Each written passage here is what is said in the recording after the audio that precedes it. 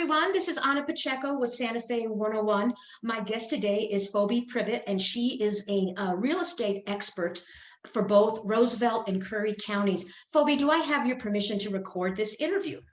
Yes, ma'am. Well, great. Well, thank you again for agreeing to do this. And so, tell me, you live in Portalis or you live in Clovis? I live in Portalis. My office is in Clovis. Excellent. So, Portalis is in which county?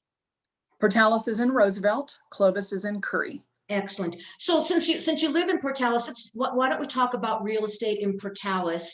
And again, you're with Berkshire Hathaway. How long have you been with the company? They just opened this franchise office in Clovis a couple of years ago. So I've been there since they opened. Okay. And how long have you been in real estate? This is beginning my 5th year. Excellent. Do you like what you're doing? I love it. I love it. I was Excellent. made for real estate. It's great. Well, good for you. So tell me a little bit about Portalis, what it's like to live there, what it's like to sell real estate there, and for people that might be looking to buy a home. Tell me a little bit about Portalis. Okay, so Portalis is obviously it's a smaller town. The community is probably 15,000, 16,000 if our community college is up and running. That's generally about 4,000 population there at the college. And so you're looking at a normal population in Portalis of probably about 12,000 or so. So it's kind of a quiet community, pretty tight knit, and pretty laid back as far as just in general. The real estate in Portalis, I think, is a little bit more difficult. We don't have a lot of inventory. We have a lot of older houses and things like that. We have several subdivisions that are newer. And so, it kind of depends on what type of a lifestyle you want, but Portalis is great for those that like a little bit of a quieter, small town feel lifestyle. And so do you get a lot of retirees there, or are there younger families with children moving in? I don't see a lot of retirees. I would say it's more younger families, or even people that have just been here, their whole lives. A lot of family connections here. We see people that do come back to live here. If they've got family connections here, they might want to come back and just to be around relatives and things like that. We have a lot of people that are associated, like I said, with the college, associated with maybe Southwest Cheese, which is another big industry here, the dairy industry and things like that. So we do have some businesses that draw people into our area in Portalis, for sure. And is Portalis involved in the oil and gas industry at all? No, not at this point. That's really more down, south of us, heading into Roswell and Artesia. We don't really have much of that right now. We do have some wind generator activity. So that has been, pretty hot and heavy in our area. It's not really, as far as real estate is concerned, it's really not driving anything as far as real estate at all, except for rentals. As far as so there's a company that's working on wind energy down in Portalis? Yes. And I don't know where they are in those phases. I think that they're close to being finished. I don't have those numbers for you. I'm sorry, but I know that they've put up several hundred in our area. So that has generated a little bit of income, for some folks and temporary jobs and things like that, but then also brought in some people who are not normally in our area as far as rentals are concerned and just, activity in our economy. And what is the name of that company? You're going to test me on that. I'm not sure. Well, then don't worry about it. Sorry. That's part of it. I was just curious. Well, that's excellent to know that there's like alternative types of energy being produced out there. So you were just talking, before we talk about, you were just saying about the housing, but you're also talking about rentals right now. How is the rental market? Can people find places to rent? So I don't do any property management, but our company does. And from what I'm hearing from our company and from other rental management property companies, is that the rental market's been kind of tough. In Clovis and Portalis both, I would say that it's been normal for our rental market to be very high comparatively to other places that are similar. Our our rental market is high. It's going to be very typical that you can't find much under, I would say $800 to $1,000 a month for just a fairly small house. So that's going to be very normal in our area. It's typically, it tends to be a little outrageous, I guess is what people would say. I don't know if I'd go that far, but I also do think that the rental market has been a little tight. So I've heard of a lot of people having trouble finding rentals. And are they building any apartment buildings in your area? There are some, I believe that there are some new ones going up in Clovis. I don't know if they're necessarily apartments, but newer, maybe like duplexes, things like that. There are some new things going up in Clovis, not really anything in Portalis. Okay, and then you're saying that it's the housing market in Portalis is tight. What is the inventory averaging about right now? In Clovis and Portalis both, it's been very tight. So I'm not sure, and I had some numbers and I was going to look that up specifically for what we've had on our market compared to what we had last year. It is way down. I want to say it's probably half of what it normally is. It's very normal we are on the same MLS between Clovis and Portalis. We're together on the MLS. And so I think it's And what is the normal. MOS, just so I know? I'm sorry, the MLS, the multiple listing service that the Okay. realtors use. Okay. So together, if I remember correctly, it's normal for us to have, it sounds outrageous, but about 500 properties on the market between Clovis and Portalis. And that seems like a lot. And it's probably been half that, maybe 300 properties or so, normal for this year. So our inventory is very, very low for both towns. And why do you think that? Why is it so low right now? So it's my opinion, and there may be other people that might, might disagree, but it's my opinion that because of COVID, we're military towns, both Clovis and Portalis. So our real estate markets are driven by the base. And so because we always have a steady supply of buyers and a steady supply of sellers, stemming from Cannon Air Force Base. And so that keeps our market kind of artificially high, I would say, and keeps our inventory high. But we also move those houses. And so we're in a very active market for the most part. But with COVID, a lot of the military sellers had their orders frozen for, months, while the military was kind of figuring out how to transfer those people during COVID and things like that. So those people didn't want to put their houses on the market. And so there for, probably 4 to 5 months, we had low inventory, but we also had people that were coming in needing to purchase. That really didn't stop. It slowed down a little bit, but it didn't stop. So it depleted our inventory even more, but caused our demand to go up a little bit. And so we started to see multiple offer situations, which we don't see very often in our market, but lots of people vying for the same types of properties in certain price ranges because of the transitions with the base, with people moving in and out. And military people that are moving in. Where is the base located? That's in Clovis. It's in Clovis. And so how far is Clovis from and Portalis? What is the mileage? 19 miles. Also, you're real close. Okay. Yes. So, but do you envision, once, more, I'm hearing that, hopefully by early summer, that about 70% of the US population should be vaccinated. Do you think that they'll start lifting these quarantine orders and things might start to open up? Well, I mean, I would certainly hope so. But I would say that our industries here in Clovis and Portalis are different than they are in some of the big cities. We have a lot of essential businesses here. So, while we've seen some maybe local businesses, clothing stores, things like that, take a little bit of a hit, I would say a lot of our local businesses have been okay. They are still operating because they're considered essential. So obviously our restaurants have taken a hit, but we've got a lot of feed stores. We have a lot of agricultural related businesses, a lot of, farm and ranch, things that are associated with farm and ranch, things that are associated with the military, those types of things. So a lot of our people are considered essential.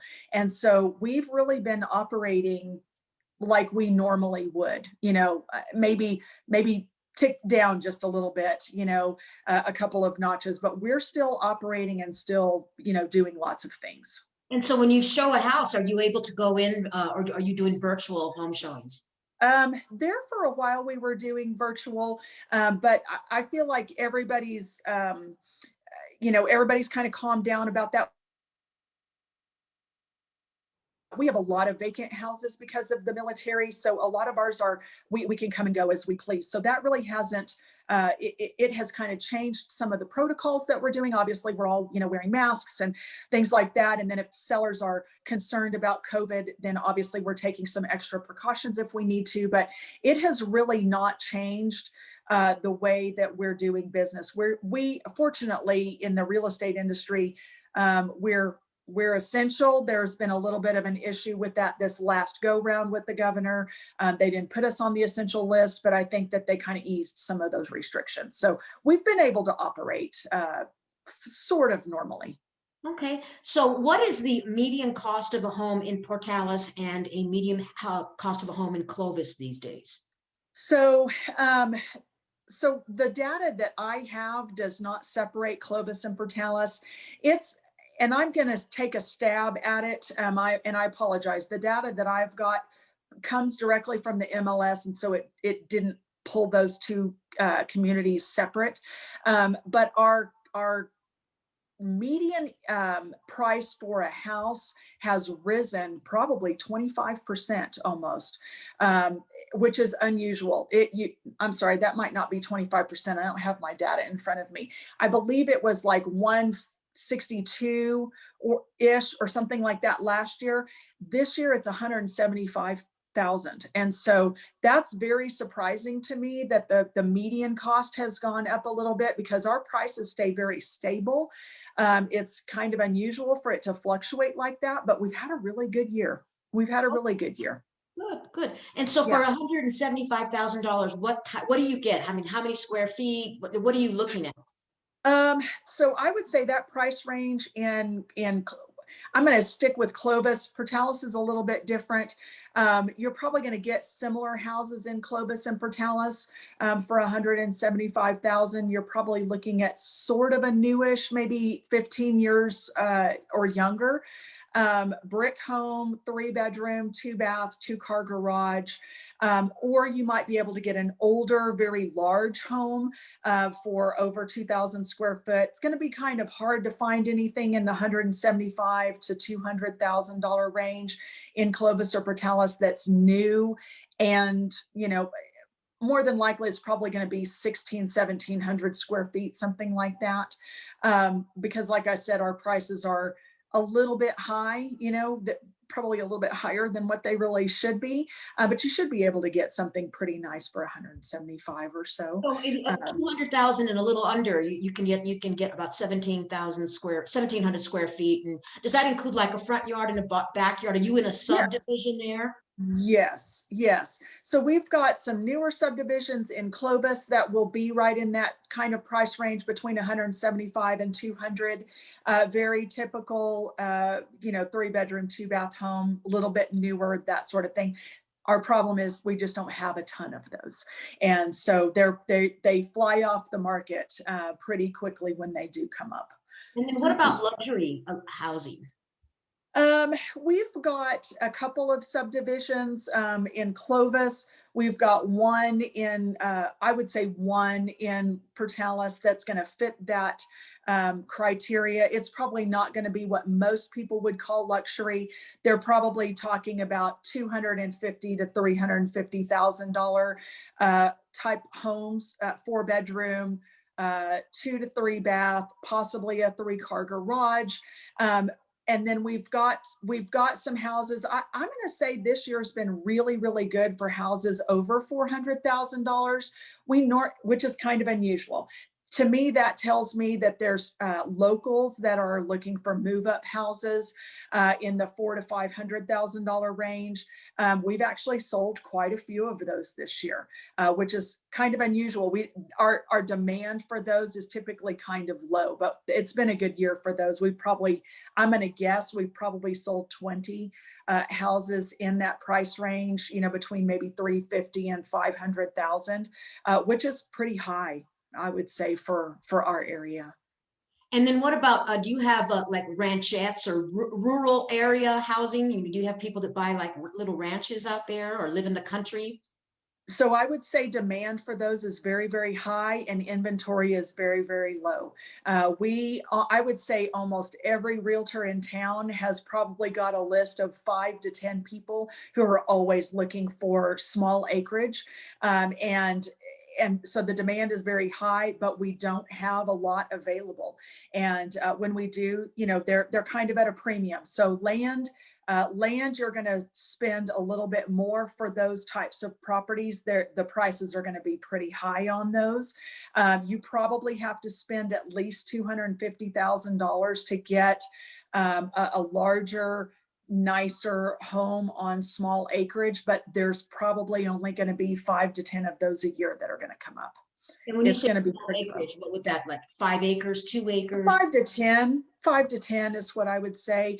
Possibly a little bit less. We've seen 3 to 5, quite a few 3 to 5 acres, go very quickly around here.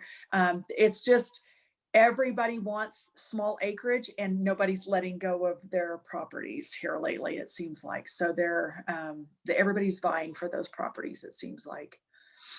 Okay. And then in terms of getting back to the military, you say, so but somebody will be stationed at your base there and it'll be for like 3 years, but they'll buy a house rather than rent. Is that what they do?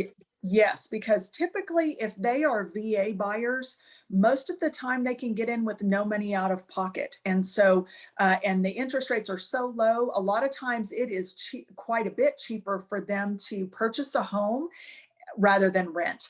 And then they can have something that belongs to them. They can have a little bit of money invested in it instead of, a lot of people will see, rentals as, just throwing their money away. So they see it as something that they can kind of invest in. They're not necessarily going to make a lot of money after that 3-year mark, but they will be able to get out of the property, pay their closing costs, pay realtor fees and things like that within 3 years. And then they can, walk away and they won't have, they will have basically lived here for free. So there's a big value in that for VA buyers. It sounds like it. And so what is the average stay of the military? Is it 3 to 5 years? I would say so, but it really, sometimes they'll throw a ringer in there and they will only be here for 6 months or something like that. So really kind of depends on what squadron they're in, what their rank is and things like that. I think there's a lot of that factors into that. So sometimes they get surprised and they're supposed to be here for 3 to 5 years and they're only here for a year or something like that. So, but I would say that's about average. So, I mean, so there's enough, it's fluid. Your market is fluid in the sense that, even though right now inventory is low, people should continue to check back because it's fluid. Absolutely. Are you seeing people moving here from California or Texas? And, are you seeing some people come into New Mexico these days? I feel like we've gotten a lot of phone calls from people in California asking about our market, asking about little properties here and there. It seems, now I've not seen any really come to fruition, but we've gotten a lot of calls. And so I do think that they're looking to come this way. I think they, see our low cost of living and things like that. And that seems to be appetizing to them, so, but I've not really seen anything really come out of that, but we have definitely gotten some phone calls, especially with people actually wanting small acreage and things like that. So unfortunately, we just don't have a lot to show them. Right. Okay.